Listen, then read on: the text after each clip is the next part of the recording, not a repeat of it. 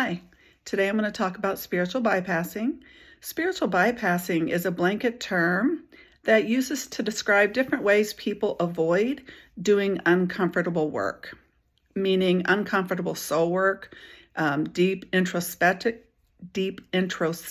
work that allows you to raise your vibration and to ascend to a higher level of consciousness and to kind of jump onto your soul's path. Because once your soul pops its head up and says, yo, it's time to get to work, you really don't have a choice. I mean, the soul is kind of the boss, and you can repress it for a little bit, but it'll keep showing up and it'll get harder and harder to repress it down.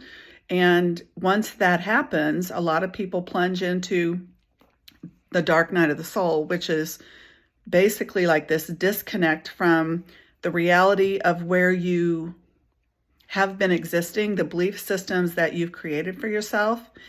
And you're kind of in this middle ground between what you used to identify with and as your soul is helping you to progress and transcend into this higher understanding of self. And it can be very short. This dark night of the soul can be very short. It can be very, very long. Mine was incredibly long because I had a lot of stuff to work through. But when the soul calls, I'm telling you, it's a howl from deep within. And if you can, just kind of start doing the work. But this term spiritual bypassing is it's different tools and ways of getting around doing this work, right? And one example is toxic positivity. I'm all about positivity. Thinking positive creates positive things in your life. But if you're using that tool of saying everything is positive, everything is great, when it's really crumbling and destructing, it's more of a blanket and it's more of a way of avoiding doing uncomfortable work.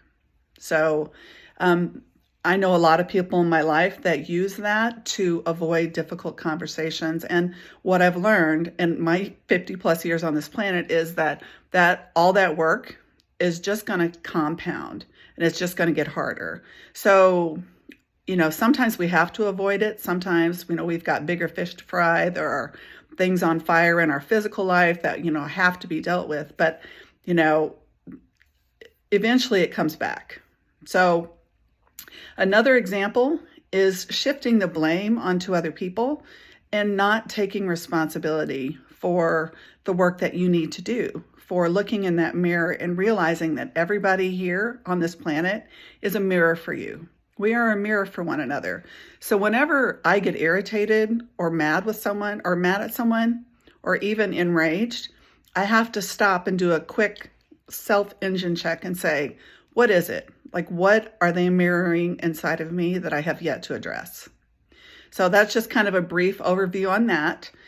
And then this may be a touchy subject for some. It's not for me, but feeling like you are spiritually superior to others.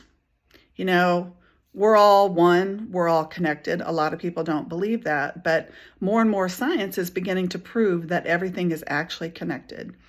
And then denial. Denial is powerful. When you don't want to do the work, your ego will throw up one defense mechanism after another. It's like the gangster, that wants to keep you from healing. So denial is a powerful tool, but it comes back to bite you in the butt if you wait too long. So again, it's really imperative, even if you just sit down 5 minutes a day and you just breathe and you allow yourself to listen to the fears that are coming up.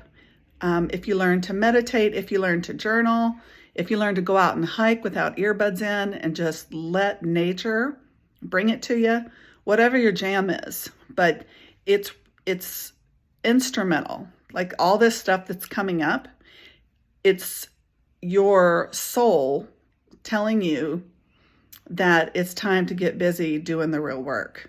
And I'm not going to lie, there are times where it just sucks so incredibly bad. But I tried suppressing it and it came back with a vengeance. So as always, if you need professional help, please seek it. But again, this is just an opening dialogue.